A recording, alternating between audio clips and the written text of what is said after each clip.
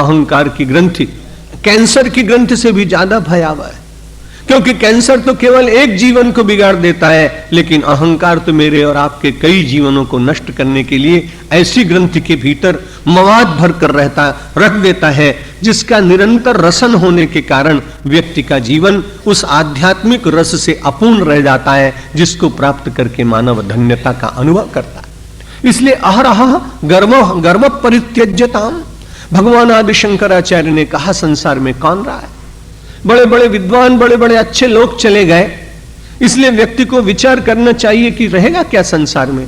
संभवतः आपको कभी कहा हो, स्मरण नहीं, ये अहंकार एक बार मन में आ गया राजा भोज के। और राजा भोज धारा नगरी का राजा था।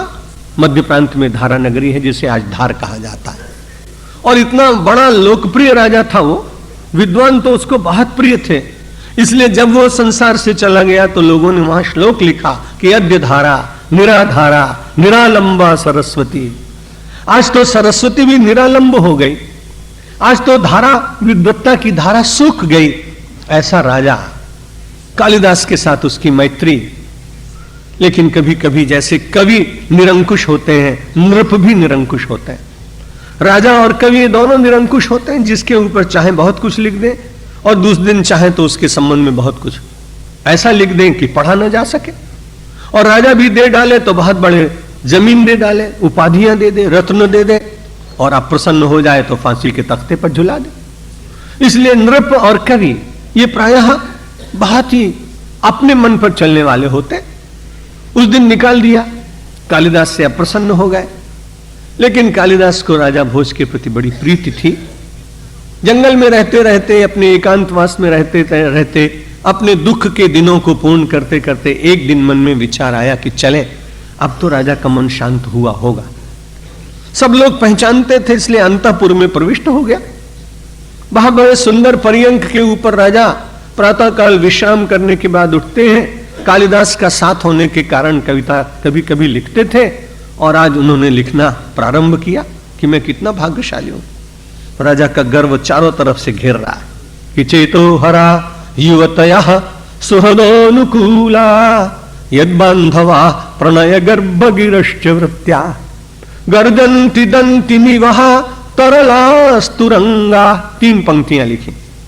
चारों ओर अपनी ओर देख रहा है राजा, और भोज लिख रहा है मैं कितना बड़ा हूं। चेतो हरा युवतया, मेरे पास चित्त को चुराने वाली मेरी रानियां। चेतो हरा युवतया सुहृदो अनुकूला, मेरे जितने मित्र हैं वो सब मेरे ही प्रशस्ति में अनुकूल बोलने वाले। चेतो हरा युवतया सुहृदो अनुकूला यद बांधवा, और बहुत बड़े बंधुजन है, परिवार कितना बड़ा।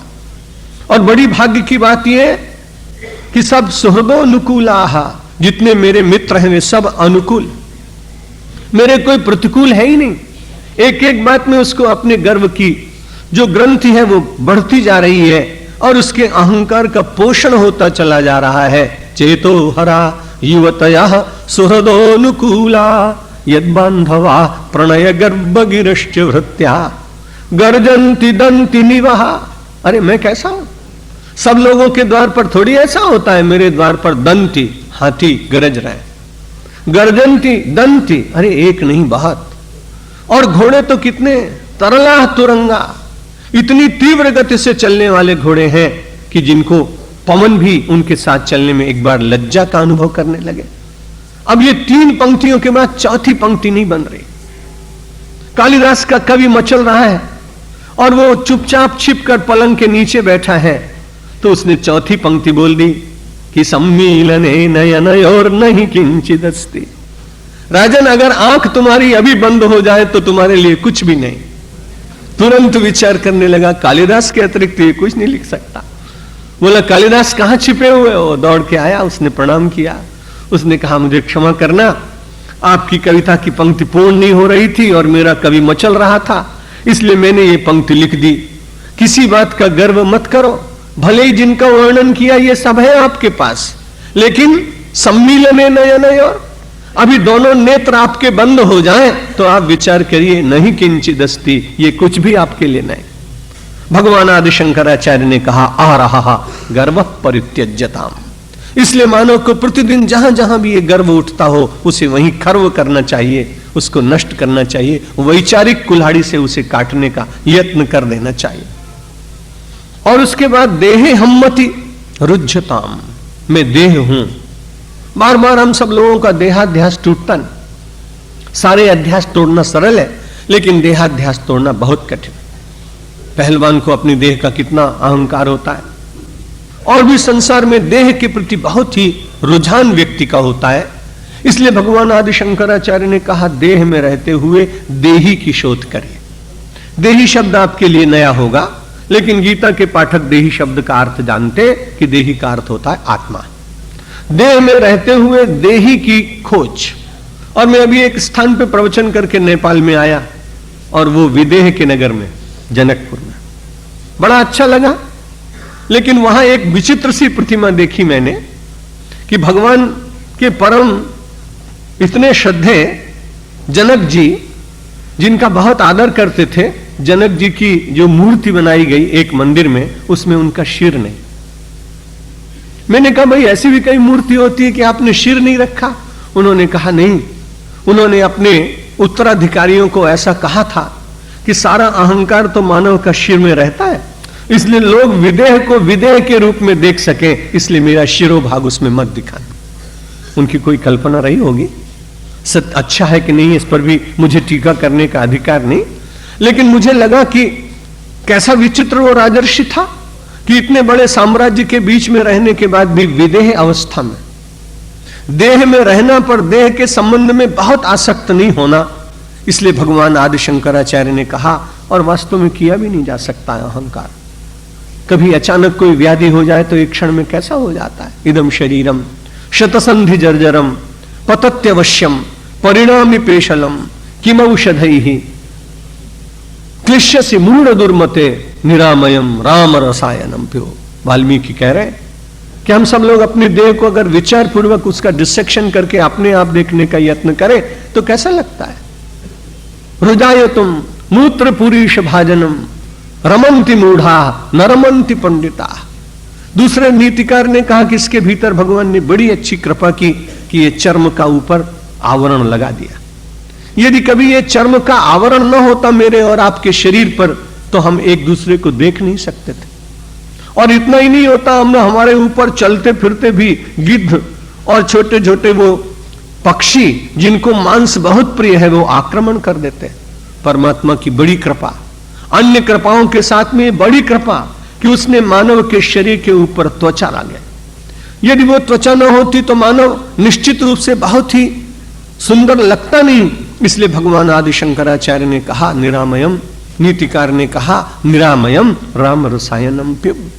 देह में रहिए, जितना आवश्यक है उसको स्वस्थ बनाने का, सुंदर बनाने का यत्न भी करिए, लेकिन मैं केवल देह ही हूं, इसलिए देह का ही चिंतन देही से आपको बहुत दूर ले चला जाएगा।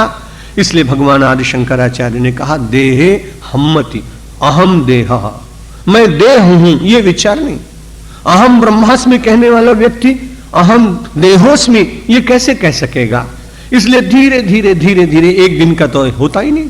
परसों मैं आपको निवेदन कर चुका हूं, रस रस सुख सरत सर पानी ममता त्याग कर ही जिमि ज्ञान। धीरे धीरे जगत में रहते हुए जगदीश्वर और ब्रह्म रूपी उस सत्य की ओर प्रस्थान करना है। देहे हम्मति रुज्जताम बुद्ध जनैर वादः परित्यज्यताम। और अपने से श्रेष्ठ लोगों के साथ में विवाद नहीं करना। हमारी संस्कृति में बड़ी अच्छी बात है, वाद का भी स्थान है, संवाद का भी स्थान है, लेकिन विवाद का स्थान नहीं। और जब से समाज में विवाद बढ़ गया तभी से आप देख रहे हैं इस देश की लोकसभा बंद हो गई विवाद के कारण। अगर संवाद होता रहता तो ऐसा कुछ नहीं होता। जब विवाद कभी होने लगता है तब लोगों की बड़ी कठिनाई होती है। इसलिए संवाद रहना चाहिए, पिता पुत्र का संवाद रहना चाहिए, मित्र मित्र का संवाद रहना चाहिए, और जानने की दृष्टि से जिज्ञासा रहनी चाहिए, वाद रहना चाहिए। लेकिन जहां विवाद उत्पन्न होने की बात आवे, बुद्ध जनैर वादः परित्यज्यताम, वहां विवाद की स्थिति आएगी। क्योंकि वाद को तो मना ही नहीं किया। वादे वादे जायते तत्वबोधा। जब विचार करेंगे, प्रश्न करेंगे, जिज्ञासा करेंगे, तब मानव के भीतर वो जिज्ञासा सीमा पर पहुंच जाएगी, ज्ञान उसको मिल जाएगा। इसलिए वाद का कहीं निषेध नहीं है, लेकिन विवाद का निषेध है। इसलिए व्यक्ति को बुध जनैर वाद परित्यज्यताम, जो अपने से श्रेष्ठ जन है उनकी बात श्रवण करने के बाद वाद तो हो, लेकिन विवाद नहीं होना चाहिए। वही पहली बात जो दुस्तर्क की बात कही थी, उसको यहां बुध जनैर वादा के साथ में जोड़कर भगवान आदि शंकराचार्य ने बताने का प्रयत्न किया है। अग्रिम श्लोक में भगवान ने बड़ी अच्छी बात बताई और कलयुग की बात बताई, और मुझे ऐसा लगता है कि साम्यवादी चिंतन की बात बताई। भगवान ने कहा, ये अगर मैं खाली तुम्हें मोक्ष और अध्यात्म की बात कहूंगा तो वो लोग कहेंगे कि तुम्हारा तो धर्म बड़ा एकांगी, क्योंकि इसमें रोटी की तो चिंता ही नहीं की गई। इसलिए यहां भगवान आदि शंकराचार्य ने कहा, क्षुद व्याधिश्च चिकित्स्यताम, जो भूख रूपी व्याधि है उसकी चिकित्सा भी रोज करनी चाहिए। और भूख की चिकित्सा क्या है? रोटी। इसलिए मैं तो कई बार कहता हूं कि एक पंक्ति में कोई मुझसे पूछता है कि आपका धर्म क्या है, तब मैं कहता हूं कि हिंदू धर्म रोटी से लेकर राम तक की यात्रा कराने वाला जो धर्म, उसको हिंदू धर्म कहते हैं। संसार के अन्य धर्म रोटी की चिंता बहुत कराते हैं, लेकिन आत्मा की चिंता नहीं होती।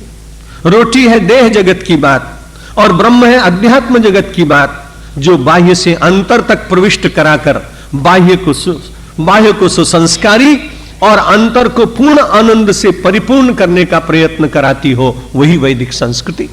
इसलिए भगवान आदि शंकराचार्य ने कहा, नहीं, भोजन रोज करिए।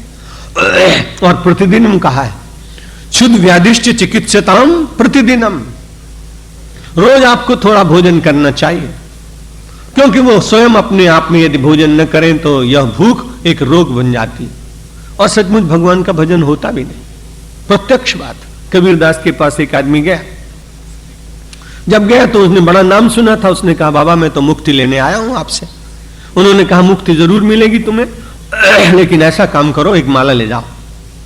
तो माला के साथ मंत्र बाद में देंगे, माला रखो, जो तुम्हें आए तब तक जपो 2-3 दिन।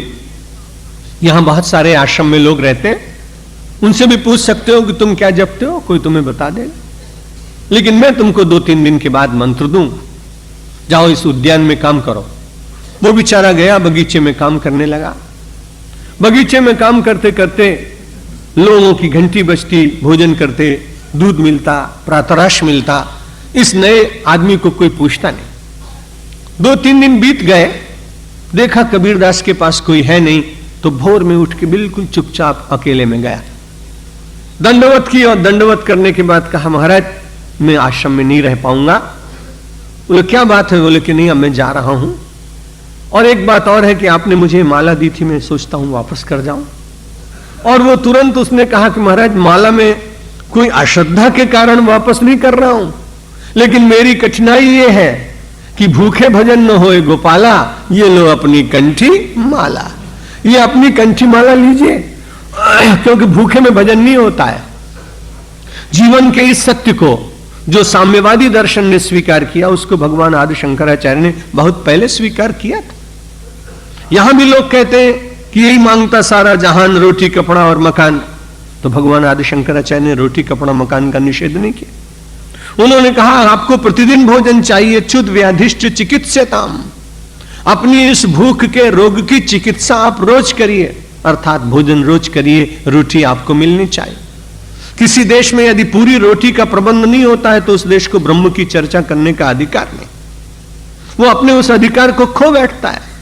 मुझे ऐसा लगता है कि जो अपना देश जब ब्रह्म चर्चा करता था, तब इस देश में कोई आदमी भूखा नहीं था। भूखमरी और पावर्टी ये शब्द नहीं थे इस देश में, क्योंकि रामचरितमानस में लिखा कि जब कभी अपने सुंदर से विमान पर बैठकर देवता लोग यहां से विचरण करते थे, तो सामान्य लोगों के यहां इतनी वस्तुएं उनके आंगन में पड़ी रहती थी कि उनको देखकर उनके मन में स्पृहा जागती थी कि भारत का सामान्य व्यक्ति इतना धनी।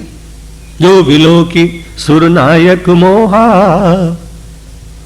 उस सुरनायक इंद्र को भी जो संपदा नीच गृह सोहा, तो सो विलो की सुरनायक मोहा।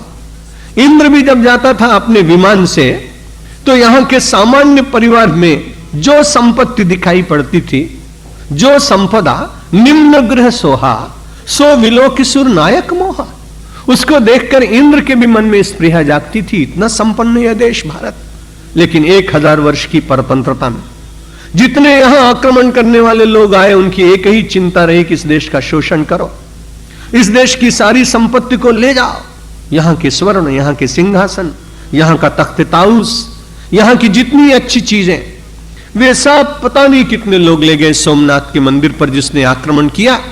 लोग ऐसा बताते हैं कि 60 ऊंटों के ऊपर तो केवल चाबियां ले गया।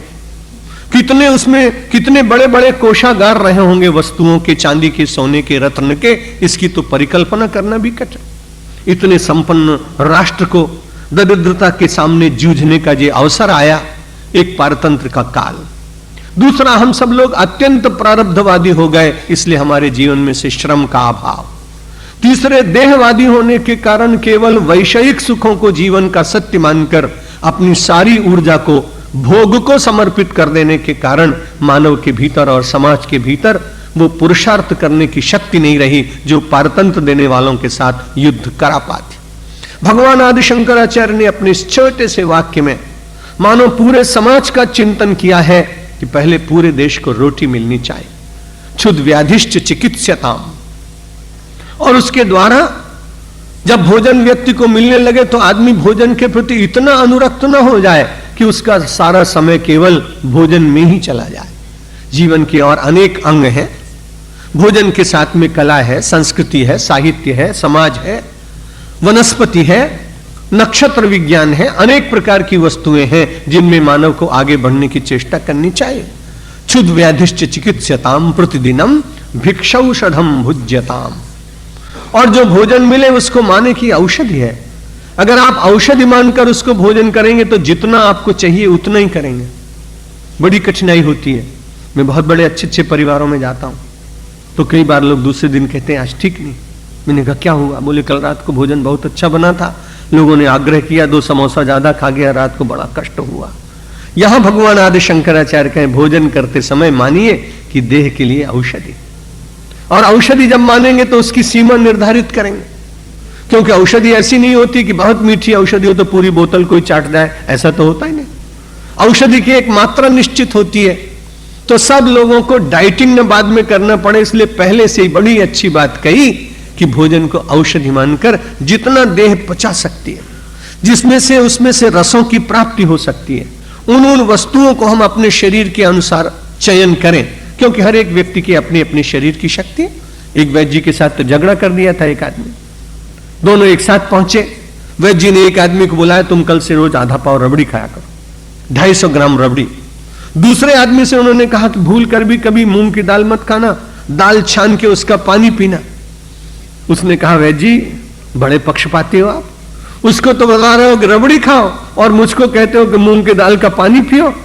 मैं तो आपके हाथ नहीं आऊंगा, मुझे नहीं मालूम था कि आप इस प्रकार का पक्षपात करते हैं।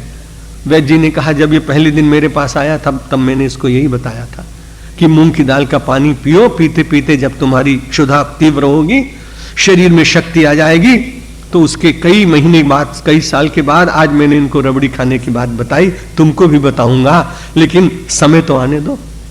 उतनी शक्ति तो व्यक्ति के भीतर आनी चाहिए कि वो उसको अपने भीतर पचा सके।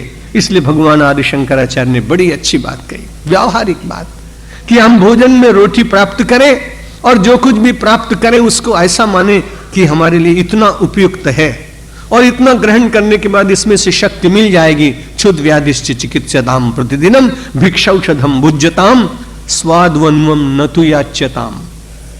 बहुत स्वादिष्ट अन्न याच्यताम, न मांगिए मत, मिल जाए तो बड़ी अच्छी बात है, आ गई आपकी थाली में तो निषेध मत करिए। लेकिन बहुत स्वादिष्ट पदार्थ है, यदि आप उसको बार बार अधिक ग्रहण करेंगे तो निश्चित बात है कि उसमें से कहीं ना कहीं कोई रोग की उत्पत्ति हो सकती। बड़ा अपने आप ही सेल्फ इम्पोज्ड जितने हैं, अगर कोई दूसरा आदमी आपको कहे कि आप ये मत खाइए तो आप कहेंगे हम इतने धनी आदमी, तुम कौन होते हो, पैसा हमारा, हम खाएंगे। लेकिन यहां बड़ी अच्छी बात की, यदि आप साधना कर रहे हैं तो कोई दूसरा व्यक्ति आपको नहीं कहेगा, फिर अपने आप विचार करेंगे कि नहीं स्वादिष्ट अन्न कितनी मात्रा में लेना चाहिए, स्वादवन्नम न तु याच्यताम। उसके लिए बार बार आग्रह नहीं होना चाहिए, मिला थोड़ा सा जरूर ग्रहण करिए।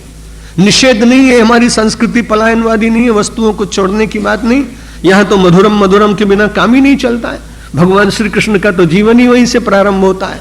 जब मैं इंग्लैंड गया तो मैंने कहा कि भाई पहले तुम्हें मानता था कि तुम सब लोगों ने ब्रेड और बटर दिया, लेकिन तुमने हमारी नकल की। उन्होंने कहा हमने कैसे नकल की? मैंने कहा रस खान की कविता पढ़ी है। जब भगवान श्री कृष्ण आंगन में खेल रहे थे तो उनके हाथ में से कौवा आया और उठा के ले गया। क्या लेके गया?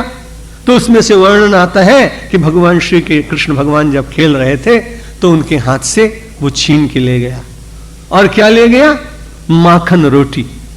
अब आप लिटरल ट्रांसलेशन करिए तो माखन का हो गया बटर और रोटी का हो गया ब्रेड।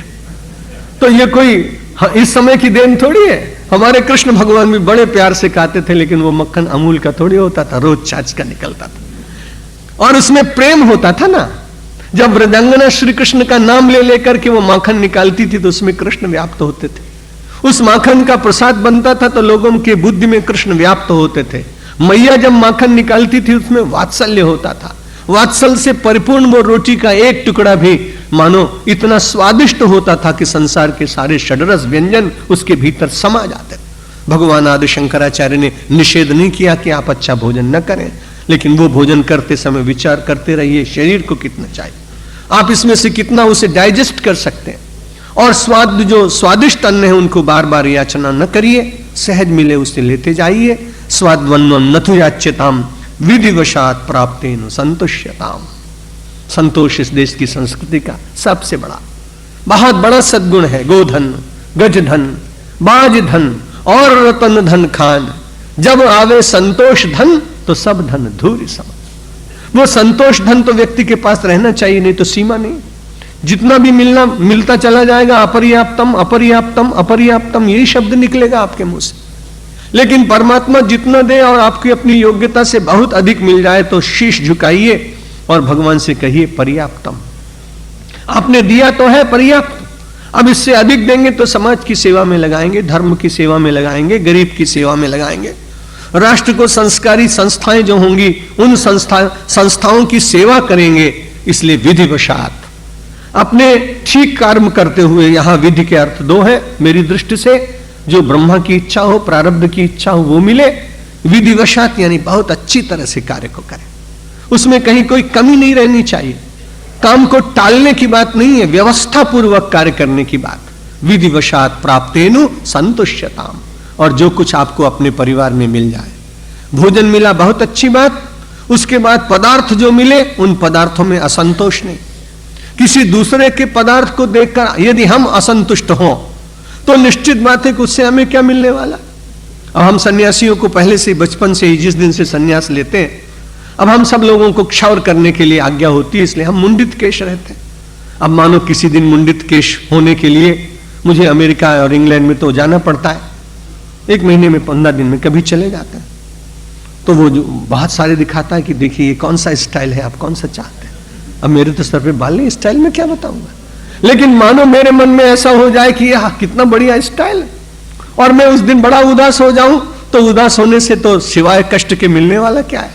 किसी दूसरे के केश, किसी दूसरे का रूप, किसी दूसरे की संपत्ति, किसी दूसरे की वेशभूषा, ये मेरी तो नहीं हो सकती है। इसलिए अकारण किसी का चिंतन करते हुए दुख को अपने आप आमंत्रित करने का हम लोग बहुत बार प्रयत्न करते हैं। इसलिए भगवान आदि शंकराचार्य कहते हैं नीति पूर्वक, व्यवस्था पूर्वक, डिसिप्लिन से, इन सब चीजों का ध्यान रखते हुए आपको जो कुछ मिल जाए विधिवशात प्राप्तेन संतुष्यताम। सायंकाल भगवान को धन्यवाद दीजिए, आपने बड़ी कृपा की, मेरा घर परिवार संसार बड़ी अच्छी तरह चल रहा है, मुझे उससे कुछ अधिक मिल जाता है, अन्यों को नहीं मिल पाया, इसलिए मैं उनसे बड़ा भाग्यशाली हूं। इसलिए अपने भाग्य की सराहना कीजिए। शीतोष्णादि विषय्यताम, कभी गर्मी आ जाए, कभी जाड़ा आ जाए तो उसको सहन कर लीजिए। न तो वृथा वाक्यम समुच्चार्यताम, और हम लोगों का ज्यादा समय व्यर्थ की बात में चला जाता है, इसलिए व्यर्थ की बात भी कम करें तो ज्यादा अच्छी बात है। कितना नियंत्रण कर सकते हैं ये व्यक्ति के ऊपर अपने अपने पर आधारित। औदासीन्य अभीप्स्यताम जन कृपा नैष्ठुर्य मुत्सज्जताम, बहुत अच्छी बात कही भगवान आदि शंकराचार्य ने कि जगत के बीच में रहते हुए थोड़ा उदासीन होइए। उदासीन का अर्थ निराश नहीं है। वो कहते हैं बड़ा उदास है आदमी, मैं इसका दूसरा अर्थ करता हूं। हमारे आचार्य यहां विद्वान विराजमान हैं मुखोपाध्याय जी, जरूर मुझसे सहमत होंगे। उदासीन का अर्थ में अर्थ करता हूं उत आसीन। उत माने ऊर्ध्व। जो व्यक्ति संसार में रहता हुआ ऊपर श्रेष्ठ विचारों के ऊपर अपना आसन लगाने का प्रयत्न करे, यानी रहे संसार में और विचार करे श्रेष्ठ उन्नत विचार, वो व्यक्ति उदासीन। वो उदासीन नहीं कि सब कुछ मिला है लेकिन मुंह लटकाए बैठा। कई बार सभी लोग बहुत अच्छे हैं और आप तो बड़े भाग्यशाली, सब लोग कितने अच्छा भगवान ने चेहरा सब कुछ, लेकिन मैं तो निरंतर प्रवास करता हूं, बड़ी सुविधाएं सब थी। एक व्यक्ति मुझको मिला, जब भी मिले वो उदास रहे। मैंने उससे कहा भाई साहब उदास क्यों रहते हो? तब उसने मुझे एक कारण बताया। मैं आपको बताऊं कि नहीं बताऊं, मेरा मन पता स्वीकार नहीं कर रहा, पर उसने, मैंने कहा बताओ तो सही, तुम हरदम उदासीन क्यों रहते हो? मुझे बड़ी दया आती तुम्हारे ऊपर। उसने कहा नहीं उदासीन नहीं हूं मैं, भगवान ने चेहरा ऐसा बना दिया है कि मुझे उदासीन दिखता हूं। मैंने कहा नहीं, अंतर का भाव ही बाहर प्रकट होता है। Face is the index of your inner thought. आप जो कुछ सोचते हैं वही तो आपके चेहरे पर दिखाई पड़ता है। इसलिए आप अपने जीवन में परमात्मा ने जो दिखा दिया है उसमें यदि संतुष्ट रहेंगे तो आपकी प्रसन्नता के ऊपर कोई डाका नहीं डाल सकता। संपत्ति पर शायद कभी कोई दुष्ट लोग आ जाएं और आक्रमण करें, कुछ छिन जाए, लेकिन आपकी प्रसन्नता पर डाका डालने का अधिकार किसी को नहीं, यदि आप विधिवशात जो कुछ प्राप्त है उसमें आप संतुष्ट हो और जगत के प्रति थोड़ा उदासीन मन से बाहर से नहीं, अपने विचारों को उच्चस्थ बनाने का प्रयत्न करें। औदासीन्यम उपास्यताम अभीप्स्यताम जन कृपा नैष्ठुर्य उत्सृज्यताम।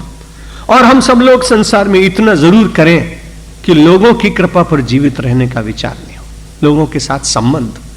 कृपा की याचना तो भगवान से होनी चाहिए, मनुष्य क्या देगा? इसलिए गोस्वामी तुलसीदास जी महाराज कहते हैं, जे जाचत जाचत जाचकता जरि जाए सो मांगहु दीन दयाल नहीं सो। अरे जिसके मांगने से सदा के लिए मांगना समाप्त हो जाता है, उस परमात्मा से मांगने का यत्न करना चाहिए। 5-7 मिनट आज अधिक होंगे, क्षमा करिएगा। एकांते सुखमास्यताम परतरे चेतस समाधीयताम। जब भी कभी समय मिले एकांत में विराजमान हो। एकांत का सुख बहुत बड़ा सुख है, और वो तो इतना बड़ा सुख है, ये सुखम जो संसार में सुख मिलता है इंद्र को, वो सुख मिल जाता है। तत्सुखम वीतरागस्य मुने एकांतवासिना। जो एकांतवासी मुनि है, चिंतन करने वाला व्यक्ति है, उसको देवराज इंद्र के सुख से भी बड़ा सुख मिल जाता है। इसलिए कभी कभी आप जरूर जाइए, जो आपके यहां रिसोर्ट बनते हैं वहां जरूर जाइए, लेकिन थोड़ी देर वहां आप मनोरंजन करिए और ज्यादा वहां एकांत में आत्मचिंतन करिए, तो जाना ज्यादा अच्छा होगा। एकांते सुख मास्यताम परतरे चेतस समाधीयताम। और अपने चित्त को उस परतर परमात्मा में लगाने का यत्न करें। पूर्णात्मा सुसंक्षताम जगदिदम तद्बाधितम दृश्यताम। वही बात फिर से कही कि आप पूर्ण आत्मा है ऐसा विचार करिए। बीच में जगत बाधा डालता है तो उसी चिंतन के द्वारा उस जगत को वैचारिक दृष्टि से विलोपन करने का यत्न करें। प्राक कर्म प्रविलाप्यताम। जो प्रारब्ध के कर्म है उनको हम सब लोगों को जैसा जैसा भोगना है भोगे। संसार में बड़े से बड़ा व्यक्ति प्रारब्ध के कर्मों को काट नहीं पाता। यहां प्रायः पदार्थ थे जिनके प्रति मेरी अनन्य श्रद्धा पूज्य भाव था।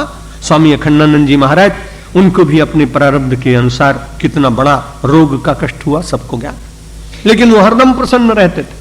मैं उनके दर्शन करने के लिए गया तो उन्होंने पूछा, सत्यमित्रानंद मैं कहां हूं?